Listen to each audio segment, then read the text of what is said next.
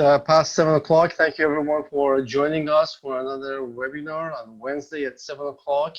Every session, we try to invite someone special to tell us more about different angles of real estate investment.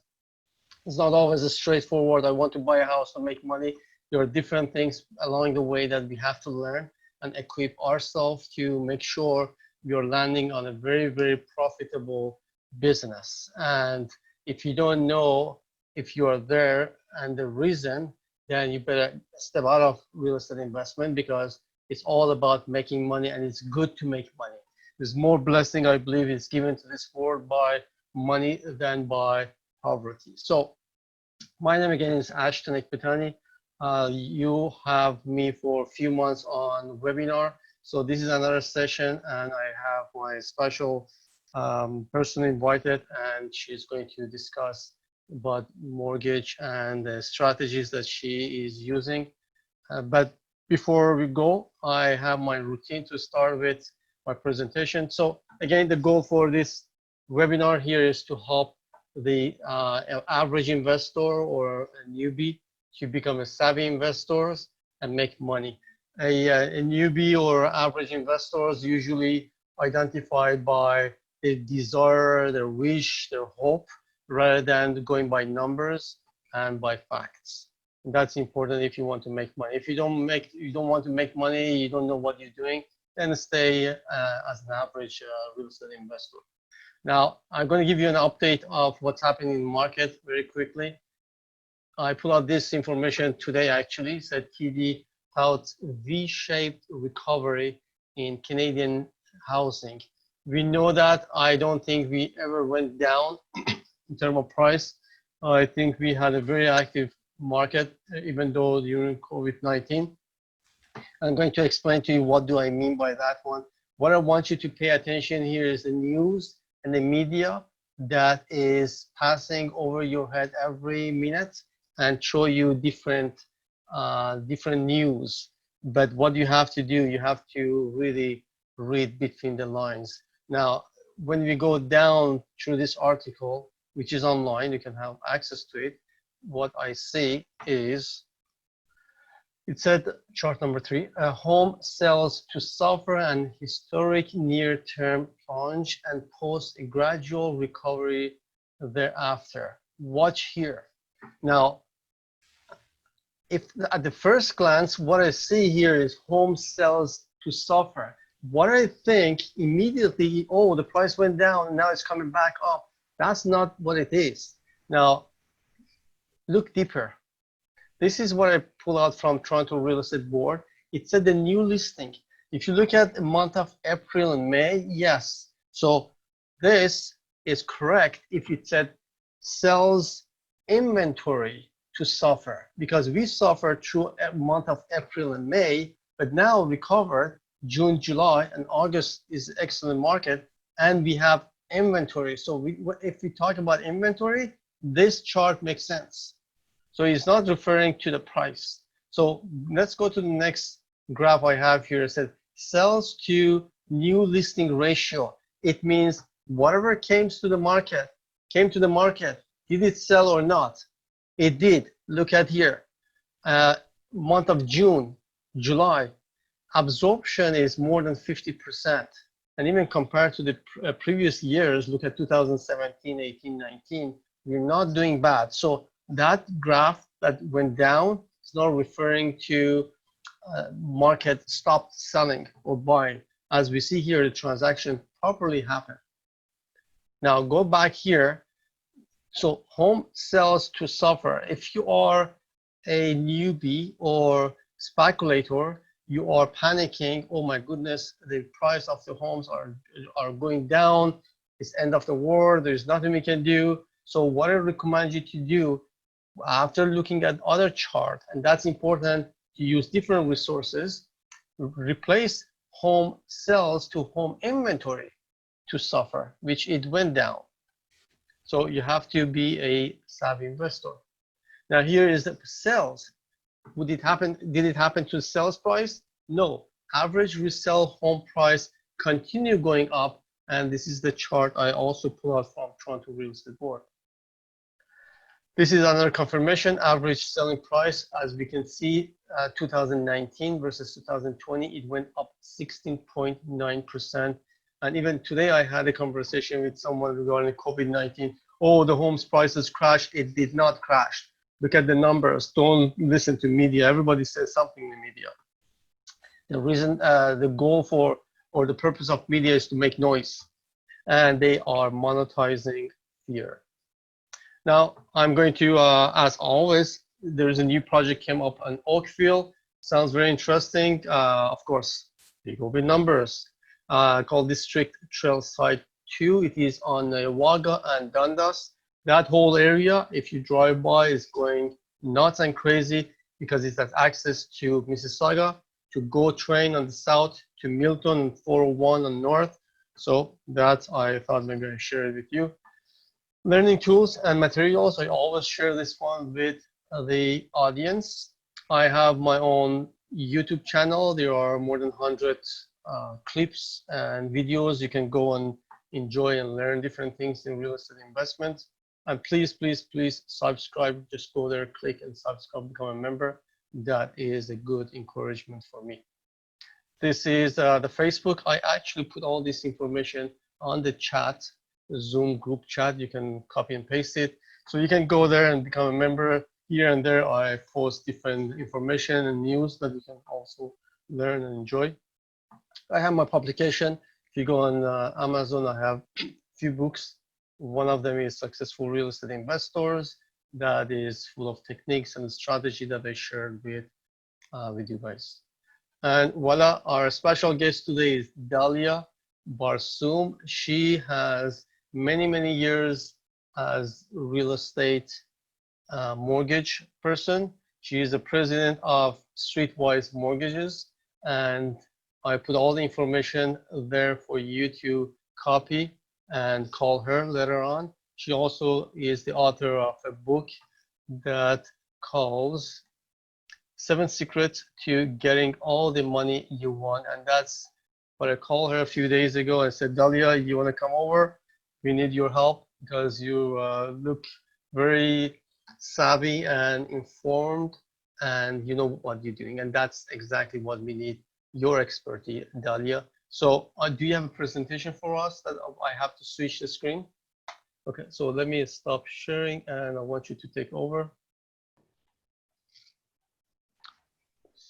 So. Okay, Ashton, thank you very much for the opportunity to be here tonight. And it's hello, everyone. Love to see you at some point. Nice to meet you. I'm going to turn on our presentation for tonight. And my presentation is actually based on, can you see my screen, Ashton? Yes, we do. Okay. You can? Yes. Okay, all right. So my presentation tonight is based on several concepts that I talk about in the book, which are really financing strategies for real estate investors. We call them the secrets, but at the end of the day, they're tips and tricks. And I want to give you a broad idea about what would you consider as a real estate investor if you're buying your first investment property or nth investment property. And then if you have any questions about any of this content and you want to dig deeper into any other topics, of course, myself and my team would be happy to help you. So briefly about our brokerage, my brokerage is called Streetwise Mortgages.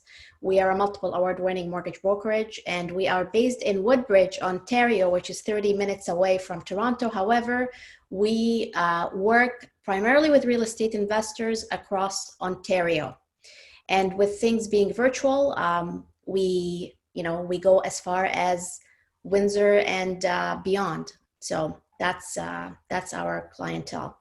I've got an incredible team behind me. They're all very well-versed in investment property financing, and they own also investment properties personally. This is our YouTube channel, which we started very recently during COVID. And I started it because investors wanted to hear weekly updates as to what's happening in the financing world.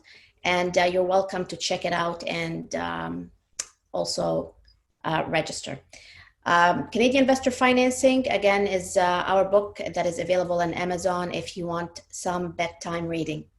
So here is what's happening in the financing space. As you know, the mortgage qualification rules have changed back in 2018. And when COVID hit, also the lenders started to introduce new policies around how they want to do things. So when it came to the biggest change that took place in 2018, everybody knows by now that the banks have raised the bar for qualifying for mortgages if you're looking to buy something with 20% down, like a rental property or even a primary residence with 20% down. So they look at the higher of what the Bank of Canada rate is, or the rate that they're giving you at plus 2%. So at the end of the day, they basically calculate what your mortgage payment is going to be at this higher bar, and that's how they started qualifying mortgages. So they essentially made it a little bit more challenging to qualify for. And what ended up happening is that this is basically just a metaphor for what I call lender lanes. Lender lanes are how we group lenders. A lot of clients are familiar with the banks, the 5 big banks, you know, RBC, BMO, CIBC, TD, Scotiabank, and the 6 is National Bank. But in reality, there are many, many lenders in the lending landscape, and we group them into what we call lanes. So lender lane 1 are the lenders that give you the most competitive rates and the most competitive financing terms. And these are typically the 5 big banks. Lender lane 2 are the next group of lenders that do things that the banks don't do. So they work with, for example, self-employed clients who haven't been in business for more than 2 years. They may take income that the banks would not take in qualification. They may work with credit below 650. They are a little bit more lenient compared to the banks, but for that they charge you higher interest rates, generally 1% higher than these guys here.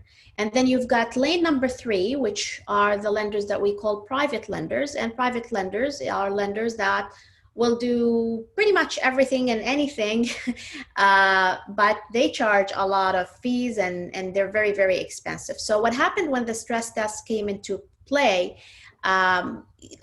because qualifications started to get tougher with the first group, clients started to get approved with the second group, and those who were getting approved with the second group started to get approved with the third group. So it became a little bit more expensive to hold a mortgage unless you have sat down with a mortgage advisor and said, you know what, how can I keep my financing in lane 1 or in lane 2 and make sure that I continue to qualify with the cheaper group of lenders. So when anybody talks about qualification for a mortgage, for an investment property, again, whether you're buying your first property or your second or your nth property, what the lenders look at is pretty much the same across the board. It's just that every lender has their own flavor of how they do things, but these 8 bubbles is what they look at. So I'm gonna walk you through each of those, and I'm gonna give you tips on what you need to keep in mind so that you're better prepared for an approval when it comes to financing investment property, but also you have a much higher chance of getting approved. So what do they look at? They look at your credit, they look at your personal income, they look at where the money is gonna come from to buy the property. They look at what's called the deal structure, and what that means is who's going on title. Are you investing with a group of people? Are you buying something personally or buying it in a company? They look at the rental income of the property, okay? And they look at what's called net worth. Net worth has to do with how much cash you have in the bank, if you have investments, if you have RSPs, if you have other properties. They also look at the property itself, what you're looking to buy, because at the end of the day, the banks lend against the property. Yes, they look at all of these things to make sure you can afford the mortgage, but they will lend against the property. So the property is very, very important. And then another factor into mortgage qualification for real estate investors is how many properties do you own overall. The bigger your portfolio is, what we call it, the more risk the banks generally see, and then they start to either charge you higher fees or they ask you to put a higher down payment. So portfolio size matters. So let's talk about each of these components and what you really need to keep in mind. When it comes to credit, guys, at the end of the day, okay, anything I would say 650 and above is really looked at the same way.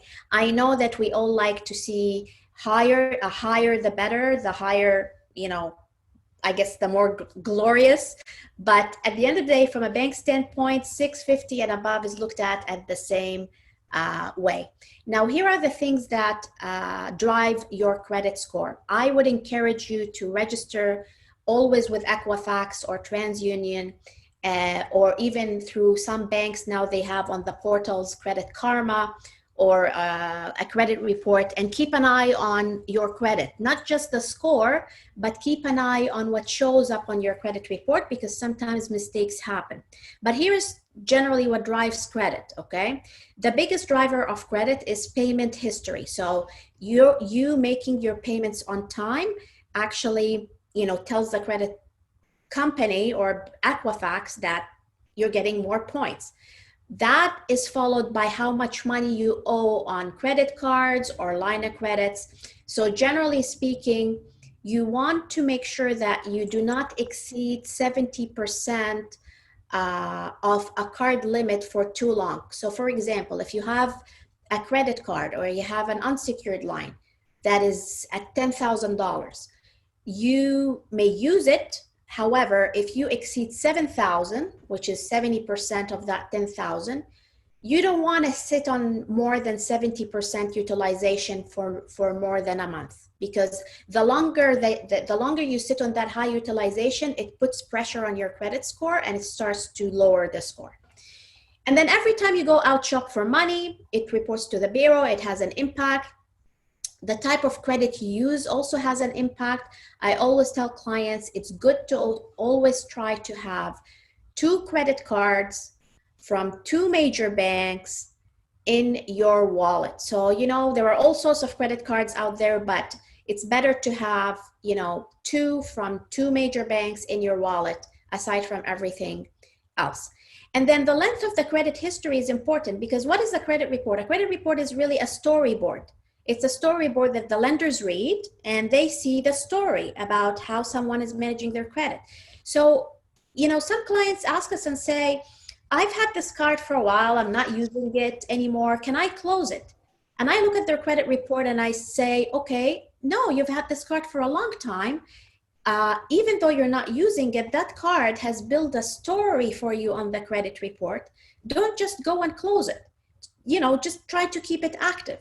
It is one thing to cancel a card that you've owned for, you know, 10 years, and it's another thing to cancel a card that you've owned maybe for 6 months. So the length of the story helps your credit, okay? So like I said earlier, you want to know always where you stand with your credit. Keep an eye on your credit report, not just the score, but what's actually written in the credit report. We talked about carrying 2 cards from 2 major banks, ideally for 2 years. That would help your score. We talked about the utilization and also the importance of making your payments on time. And then this is a question that I get a lot. Dalia, if I am to speak with you about my finances and you pull my credit, how will that impact my credit score? And here is what I can tell you. There is something called a soft hit versus a hard hit. A soft hit is when a mortgage broker checks your credit. It does impact your credit score by a tiny bit. A hard hit is you talking to the source of money, you talking to the lender, talking to the bank. Scotiabank hits your credit or RBC hits your credit. That's a hard hit that will have a bigger impact. With a soft hit, it's important not to have multiple brokers hitting your credit at the same time. As much as it's a soft hit, when you have multiple brokers checking your credit and hitting it, that actually adversely impacts your credit score. Dalia, Yeah. Quick question. So when you check your own credit score, are you soft? No, Yeah? you don't. Okay. That has no impact whatsoever. Good question. And we talked about the close credit and losing history on any cards that you've held for a long time. Ashton, any remarks or questions before I get into income? No, go ahead. If there's anyone, just get in there and ask the question, unmute Yeah. and ask the question. Otherwise, everything's okay. So far, so good. Okay, all right. So we're going to talk about personal income. And personal income is really, really important for lenders because that's really what drives affordability when you apply for a mortgage. So there are different types of income that the lenders look at. If you're a self-employed client, they want to check how you've been paying yourself from the business. So some clients may own a corporation and pay themselves dividends or T4. And the banks who work with self-employed clients want to make sure that the self-employed clients have been in business for 2 years. And they look at how much you paid yourself from that business for 2 years. That's the standard method in terms of how banks look at self-employed clients' income. Now, there are other options beyond the bank for self-employed clients. I will cover that later for you. For employed clients, it's pretty much straightforward. They look for your stubs, they look for your T4s. Some banks will do a mortgage while you're still on probation. Most banks wouldn't, but some banks do. If you're in the same line of business and you just switch jobs and you're on probation, they'll still consider your income. And banks also are picky about contracts. If you're on a contract and you're getting paid under a contract, they want to make sure your contract is renewable. So if you're in a contract, they would want to make sure that if they pick up the phone and call your employer, the employer says that this contract is renewable. And in that case, they would work with a contract income. If you're on a pension, also the lenders would consider your CPP, old age security, company pensions. All sorts of pensions are applicable to apply for a mortgage. Okay, so when it comes to income tips, here's what I can share with you. For self-employed clients, I always tell clients, as a self-employed client, you're either going to save on the mortgage or you're going to save on the taxes. Because if you want to work with the banks and get the best rates, which is this group of lenders that are in lane one that I talked about earlier, you really have to show enough income for 2 years as a self-employed client. And if you show enough income, what does that mean? It means that you're going to pay taxes on that income. And you can always talk to a mortgage advisor who can guide you through how much income you need to show to qualify with the banks. If you don't want to pay yourself as much, which means that you're going to save a little on the taxes, then there are options for you as a self-employed client outside of the banks. We work with the Lane 2 group of lenders. These are called alternative lenders. If you're wondering who they are, and I don't know if you've heard these names before, but in that Lane 2, these lenders work a lot with self-employed clients. You don't have to be in business for 2 years. Maybe you have a cash component to how you do business. They don't care if you've filed your taxes. They don't care if you owe CRA taxes. They basically work with self-employed income in a different way than the banks. And these lenders include Home Trust, Equitable Bank, Effort Trust, they're Optimum Mortgages. These are all alternative lenders. But like I said earlier, you will pay a higher interest rate, okay? For clients who have a cash component to their income, if you guys are not depositing that cash in your bank account and we're not seeing deposits, doesn't matter how much cash you earn. If it's not being deposited in a bank account, the lenders cannot use it, okay? So if you want to be able to utilize any cash income, you have to make deposits in the bank account. We talked earlier also about the probation, okay? Any questions on income?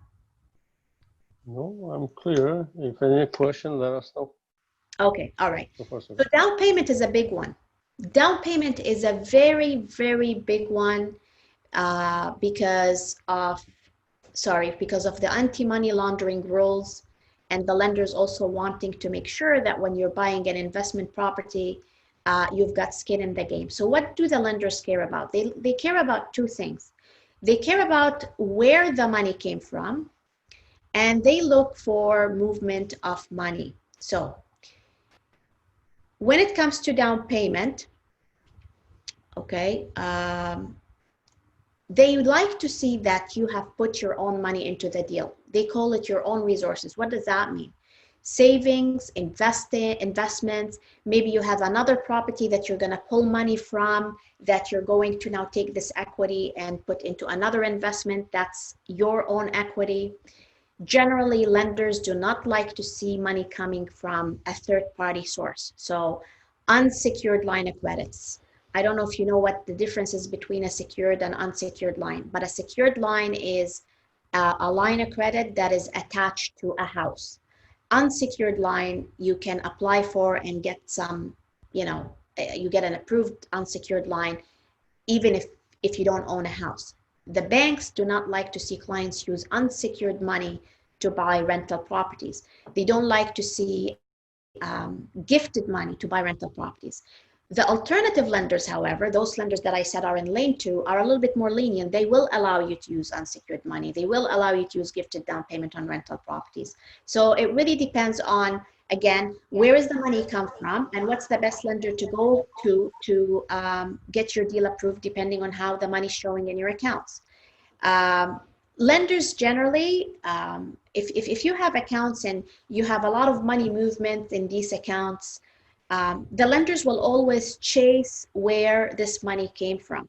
So if they see a large deposit that has been made into an account, they would want to know where this money came from. So if you want to keep your approval simple, I would suggest that for your down payment account, you don't make, any huge large deposits into these accounts.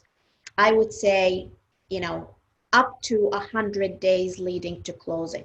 Okay, keep things simple.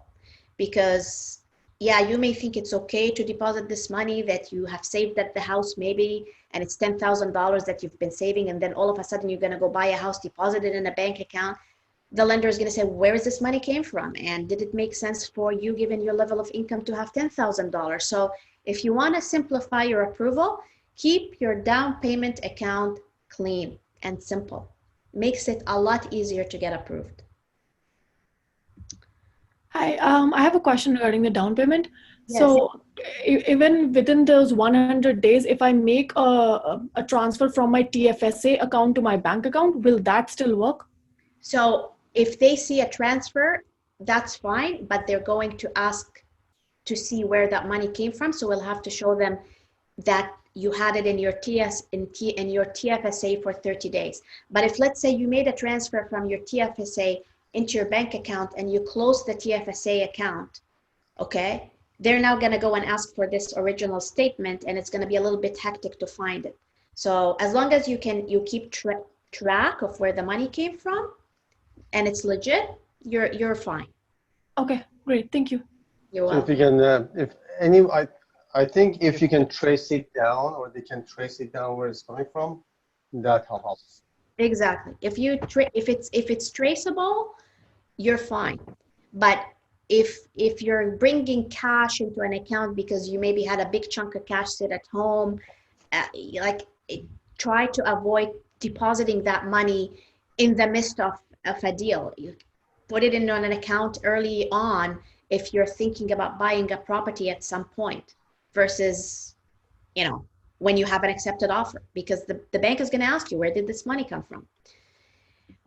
So as I mentioned earlier, gifted down payments on rental properties is acceptable with mainly the group 2 lenders, the alternative lenders. The banks don't like gifted down payments on rentals. They're okay with a gifted down payment on a primary residence. You guys have to distinguish a primary residence from a rental. I am talking about rental properties tonight, okay? So gifted down payment is okay on a primary residence, but not on a rental.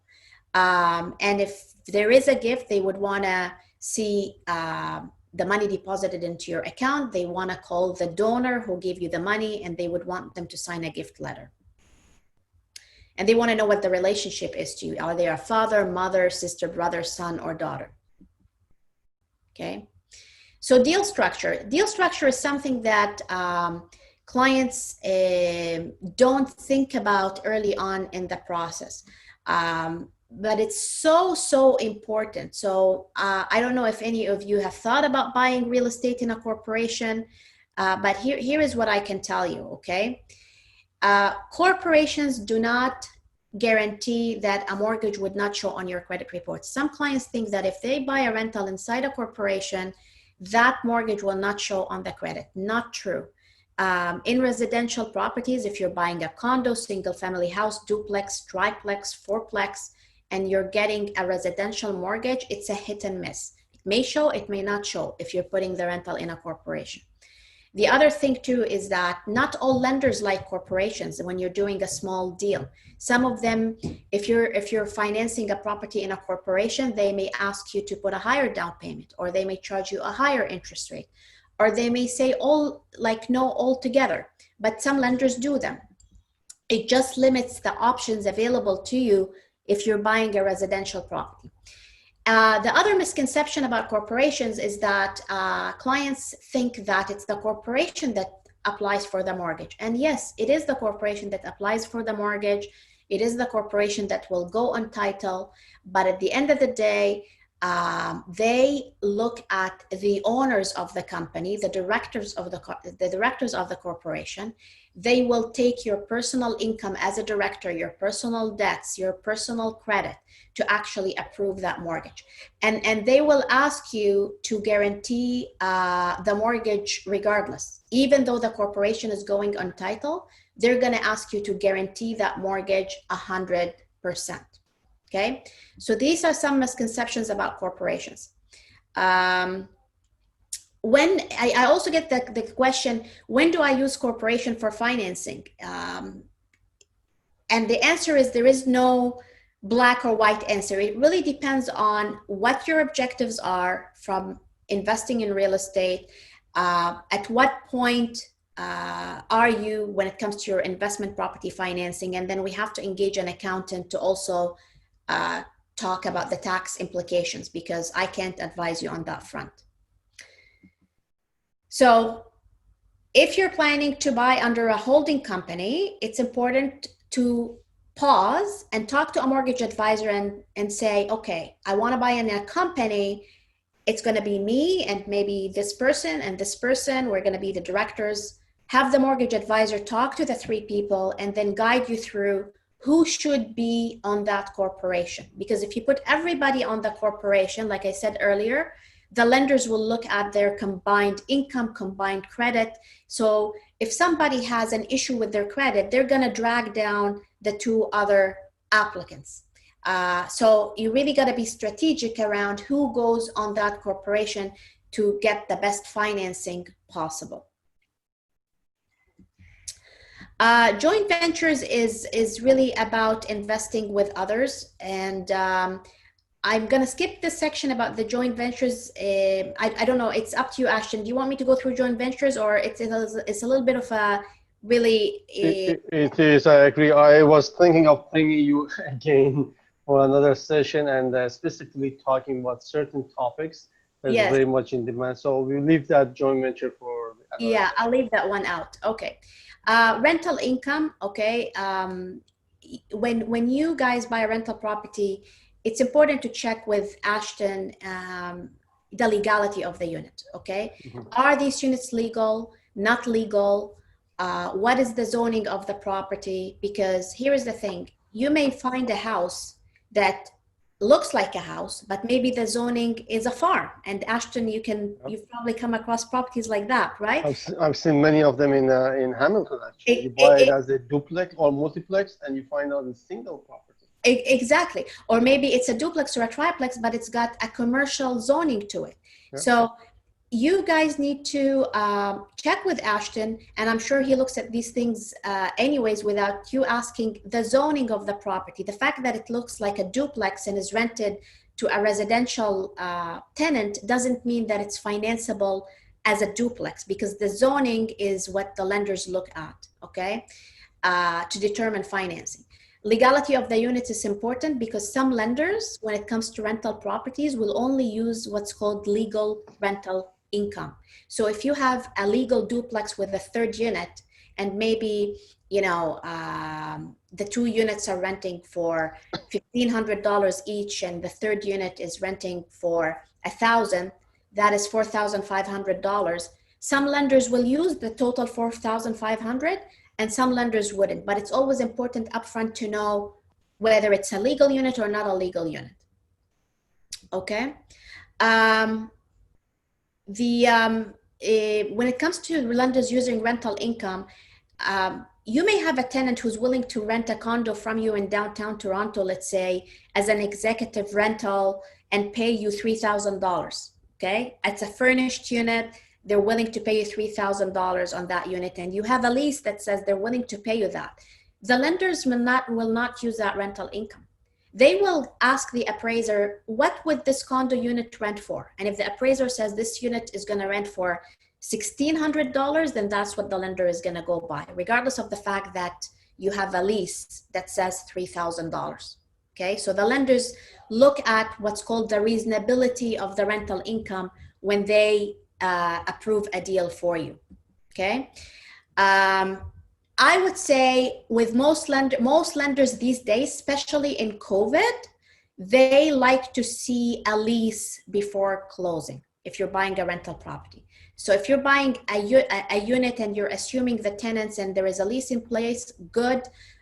If you're buying something that is vacant, most lenders are comfortable right now seeing that there is a lease in place before closing.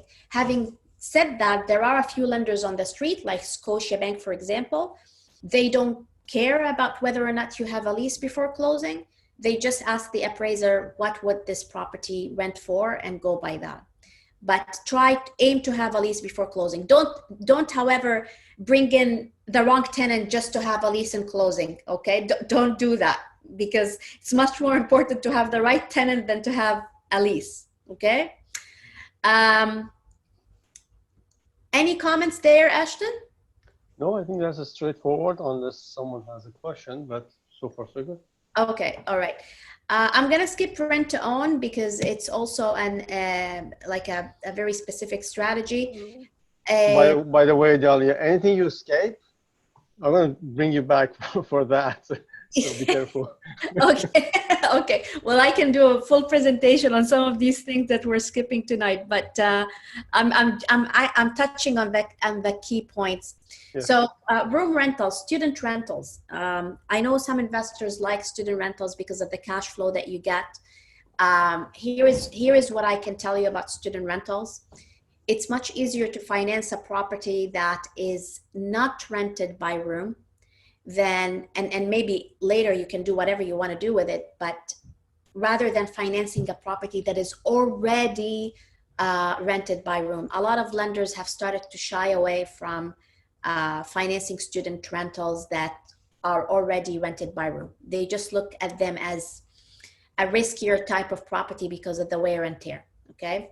So that's it on student rental. Airbnb income, as I mentioned earlier, again, if you have a unit that you're gonna rent Airbnb and you have someone who's willing to pay you a nightly rate of, I don't know, $150 a month, that's $3,000 a month under an Airbnb arrangement, the lenders are not gonna use that income. They will just go by what that unit would rent for as under regular tenancy, okay?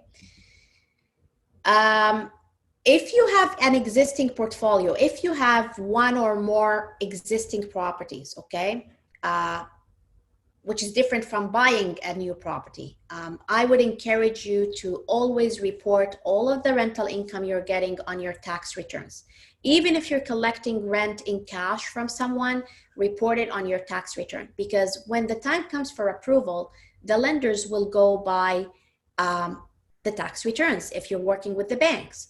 It doesn't matter whether there is cash deposited in the bank account If it's not on your tax returns, a bank will not work with it. The other tip too is if you're buying multiple investment properties over time, it's always nice and simpler to keep things, clean. So for every property you buy, you open up its own account, and in that own account you deposit the rents, you deduct all your expenses. If you're buying rental property too, you do the same thing. You open up a new account, you deposit the rents, you pay all of the expenses related to that rental out of that account. Why? It's because, again, you have to think from a lender standpoint. If you have clean accounts where they can trace things, it's a much easier approval process for you than to have everything lumped in one big account and trying to figure out what's going on in that account. Keep active leases. It just means that if you have leases that are expired, the lenders like to see active leases. So always try to keep your leases up to date with your tenants. Net worth is about this extra cushion that you have to give the lenders comfort when you're buying a rental property. So what do they look for? They look for assets that you own, RSPs, cash, investments, TFSAs. If they look for net worth and other properties that you have. When it comes to other properties that you have, I want to share with you a very important point that I'm not sure if you've seen this happen, but here is what some banks do. You go to a bank and you ask, let's say the property is worth $1 million. And they're giving you a $500,000 loan. What some banks tend to do is on closing, they register a lien for $1 million on that property. Although they're giving you a $500,000 mortgage, they're registering a lien for the appraised value of the property. You may not think it's a big deal, but it is a big deal. Not necessarily that it's going to hurt you immediately, but it may show up later down the road. Why is it a big deal in my view? It's because if you have a property that is worth $1 million and you have a bank that registered a lien for the same amount, okay, when you do a title search, and if we're looking for net worth, now you've got an asset worth $1 million that's got a lien equal to $1 million. So what's your net worth in that property in the eyes of another lender?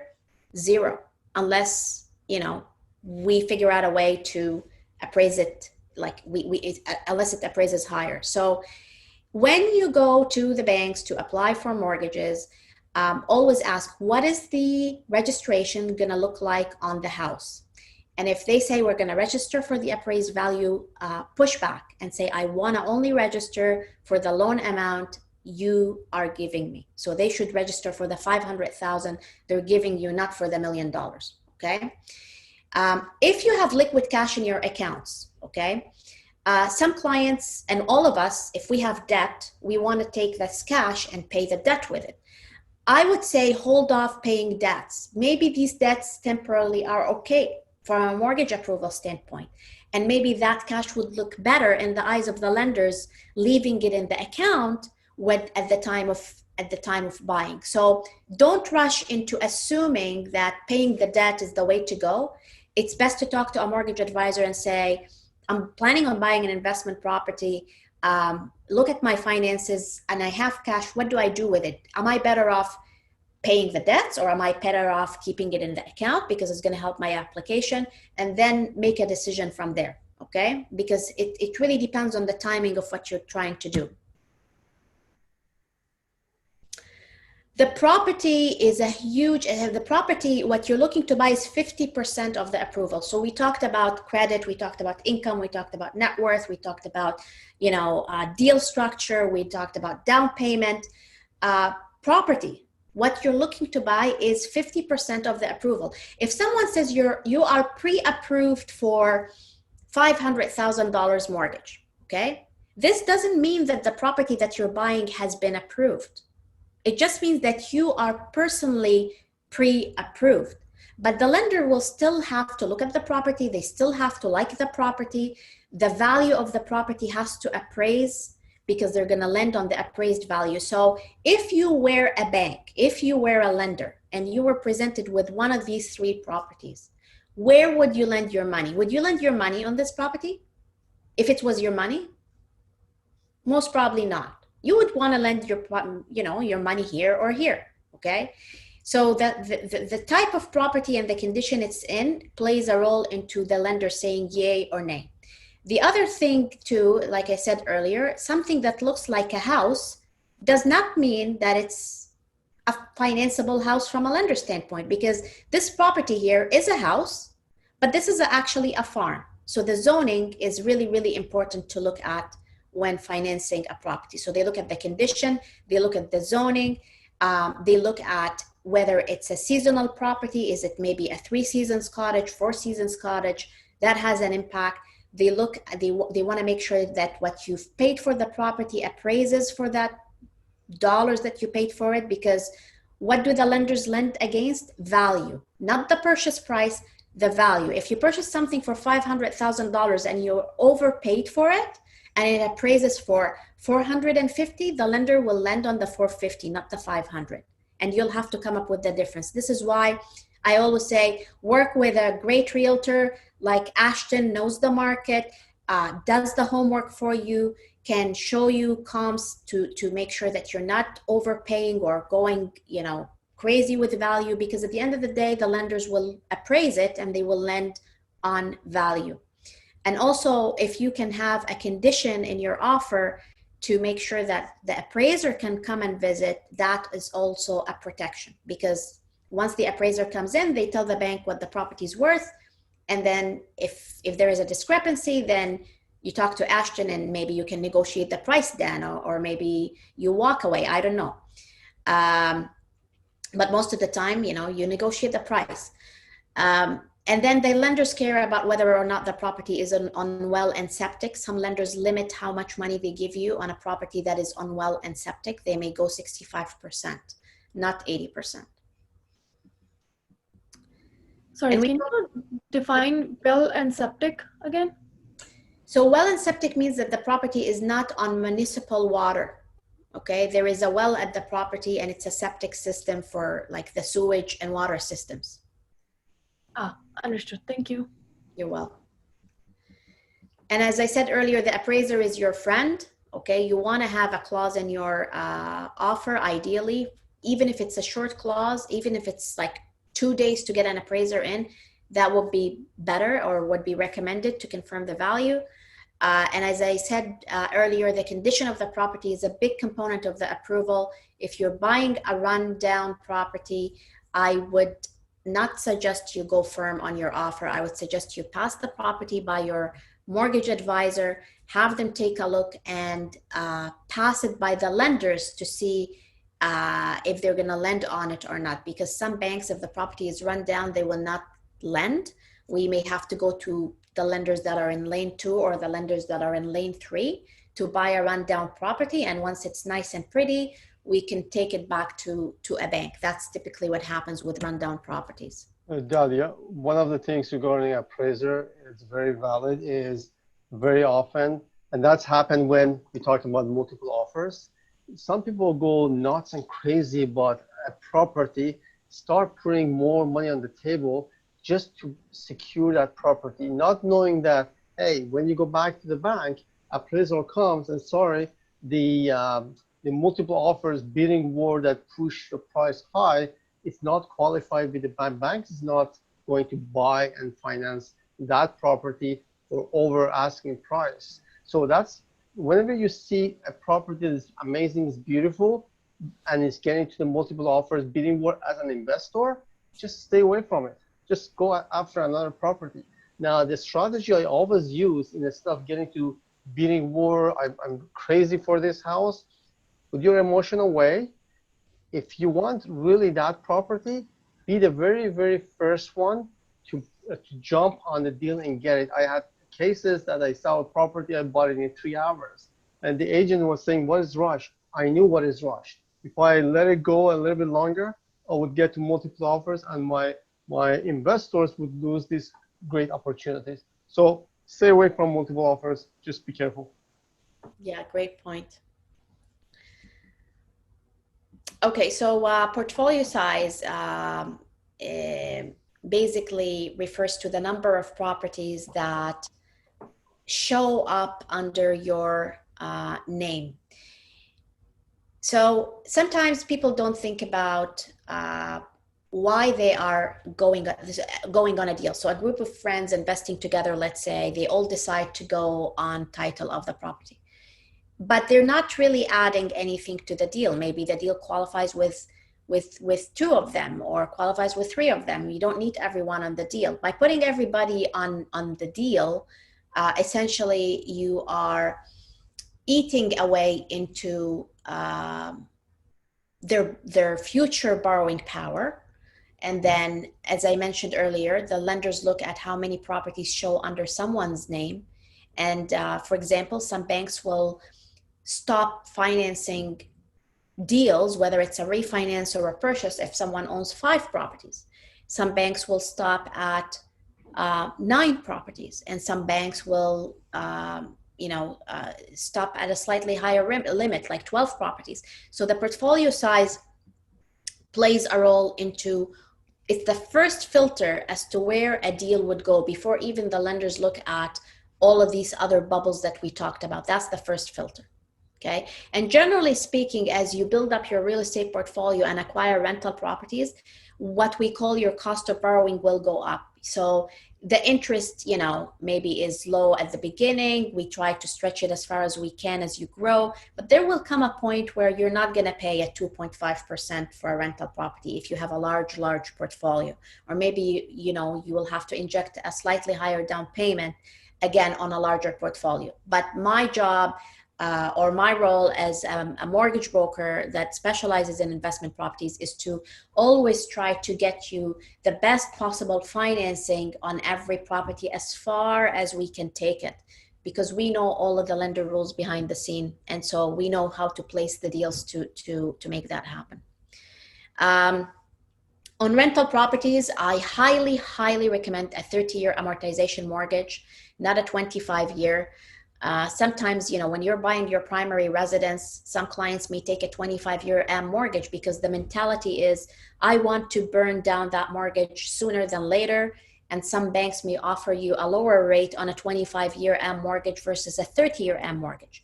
On a rental property, it's a little bit different. You want to take a 30-year mortgage. Why? Because your cash flow will be better if you have a longer amortization. And then the interest on your investment property is tax deductible, okay?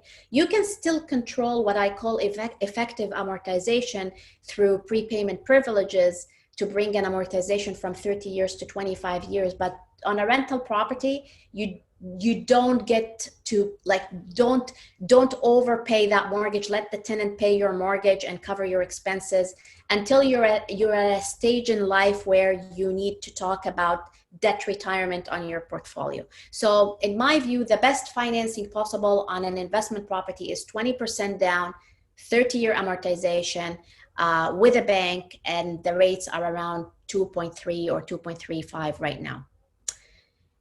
I'm going to cover these slides quickly to give you some tips around managing your borrowing power. So how do you actually look good in the eyes of the banks to make sure that you increase your chances of approvals? Okay, so strategy number 1 is about restructuring debts that may stand in the way. Again, what do the banks look at? They look at your income, they look at the debts, they look at the credit, they look at any rental income you're getting from properties. So debt is a big one.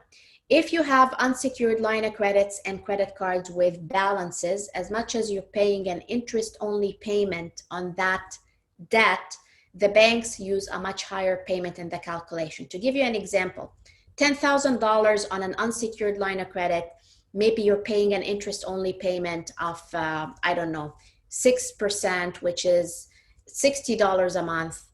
In the bank's eyes, they will take $300 a month on that money. Okay, so the payment they're using is different than the payment you're making. And this is why unsecured debts and high balances on credit cards stand in the way of mortgage approvals with banks. Car payments, I've seen clients, maybe pay anywhere from $600 to $1,000 on a month on a car, and maybe all what's left on that car loan is $3,000 left. So that's an easy one to fix, because if we get rid of that $3,000 by paying it in cash, we now freed, in the lender's eyes, a monthly obligation that is big, that is standing in the way of the approval. So that's an easy one to fix if you are towards the end of the life of your car loan. Large secured line of credits. Like I said earlier, a secured line of credit is a line of credit that is attached to a property. Investors over time have used money from their properties to buy more properties, and that's really been the fuel of growth for a lot of us. But there will come a point for you, if you have a very big line of credit, as I mentioned, you may be paying an interest-only payment and it's not a big deal for you, but in the bank's eyes, they're calculating a much bigger payment. So one of the tricks we use is we ask clients sometimes to convert a component of that revolving line to a mortgage. And it does help the numbers if we do that. Mortgage payment management, okay. Again, for approval purposes, remember, the lenders look at your monthly obligations and your monthly income. So if you're topping up payments because you're trying to speed up a pay down on something, maybe you should slow it down temporarily for the purpose of approval, because now we would take into consideration a smaller payment. Maybe you have a loan that we can re-amortize, and by re-amortizing a loan, again, we're reducing what the monthly payment is to open up room for you to qualify. That's another trick. Generally speaking, I would avoid approvals with 25-year amortizations. Even if your interest rate is lower on a 25-year AM and you're going to pay a little bit higher on a 30-year AM, I would suggest taking a 30-year AM because then your monthly payment would be lower, and then control how fast you want to burn that mortgage, if you will, by the prepayment privileges. For example, you take a 30-year AM mortgage, you turn on the biweekly accelerated mortgage pay down, and that immediately cuts down about 4 years of the life of the mortgage without really doing much. Okay, so tricks like that versus locking in a 25-year AM initially. God forbids you lose your job and you need a little bit of breathing room. You will have options with a 30-year AM versus a 25-year AM. This is more of a strategy for your mortgage broker. At the end of the day, when you buy a rental property, we want to make sure we use as much rental income as possible on the application to help get your deal approved. Every lender has different ways of using rental income. Some lenders use, if you have a property that's going to rent for $1,500 a month, some lenders may use just 50% of that income in their calculations. Some may use 80%, some may use 100%. You may say, you know what, why don't we go to the 100% lenders right away? It's because there is always a fine print. And the fine print is the guys who use most rental income, they're going to ask for more net worth. They're going to be a little bit more complicated in terms of what they do and don't do, where the guys that use 50% are a little bit more lenient. So again, my role as a broker is to figure out how to maximize the rental income we use to get your deal approved. So the summary of today's presentation is really the lenders look at multiple variables to approve an income property. And I hope I've left you with some tips and strategies on what to consider for each of these components. Every one of us have a different mix of these bubbles here. My mix is different from Ashton's mix, is different from, my husband's mix. And the path for financing for each of us is very different, but the power of figuring out how to get things approved and how to actually maximize and build a portfolio is to plan each of those. So it involves sitting with a mortgage advisor to talk about the nitty-gritty details of the credit, where the money's going to come from for the down payment, how are we going to show the net worth, how are we going to structure the deal, to talk about the area you're going to invest in, the property, type that you're going to buy, and to plan all of that ahead of time so that we know where are we going to place the deal. So when the time comes, you're basically just running versus trying to figure all of this out in the midst of mortgage approval. So that's pretty much it for today. And myself and my team do complimentary consultations for every client that comes to us. So if you wanted to take a look at your future plans of investing and plan what financing would look like, I'm happy to do so. And for tonight, I am giving away what we call a deal approval binder. The deal approval binder is a binder that we put together for investors or clients who are looking to invest, of the key things that the lenders look for. So it helps get you organized and ready. If you want a copy of it, just email us at info@streetwisemortgages.com and mention the deal approval binder, and our office manager can send you a copy. It's complimentary. Excellent. I open the ground for any question. Anyone has any question? I have my few questions, but I prefer people to ask you questions. Dalia, by the way, it was amazing, very in-depth presentation. I enjoyed it. A lot of things we have to learn all the time, and that's evolving part of real estate investment. There's always something that is good to be informed and learn and go on. It's always good to partner with someone like you and go through the path of real estate investment. It's never a solo path. It's always with someone else that is knowledgeable and know different. You have many techniques in mortgage. I have my own share of tips in real estate investment, purchasing the right properties. I'm sure that's happened, and that's the same thing for the lawyers as well. One quick question for you.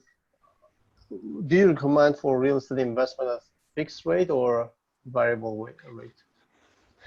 So I always say that the rate choice really depends on one, the client. Are they comfortable sleeping at night if rates go up? And then two, their plan for the property. If let's say fixed rates are so attractive, but someone is looking to buy a property to flip, the fact that they took a fixed rate because it's attractive is really gonna be a disaster when it's time for them to flip this property, because their penalty is gonna be huge. So if you're asking about right now in this environment, what is the general recommendation about rates? I would say variable rates versus fixed rates, because variable rates are low right now, and they're not expected to go up anytime soon. The Bank of Canada, on their last announcement, made it clear that they're going to hold position because of the economic outlook. So variable rates is the way to go in my view right now. But again, every client is unique, every property is unique, and we layer on top of that recommendation the plan for the property and the risk appetite for the client we're dealing with, because it doesn't matter, they're attractive and they're not going to go up. If the Bank of Canada raises and the client is going to panic and worry, then we didn't serve them well. So excellent. I talked to many banks representatives a few months ago. They were doubtful, they didn't know the direction of the market. What is your opinion, Dalia, in terms of just kind of past that COVID-19 hype, and now some people say we are going to the second phase? What do you think in terms of forecast for real estate in Ontario? that's a very difficult question. I can only share with you my observations based on talking to many local experts in the markets and seeing a lot of deals, and also seeing what happened to prices in investment markets despite what media thought is going to happen and where people thought prices are going. So what I know is there is a pent up demand. And what I know is that affordability has gone down. What I know is that properties that are considered mass market, which are, 700 and below, which are investment properties, are still affordable, quote unquote affordable.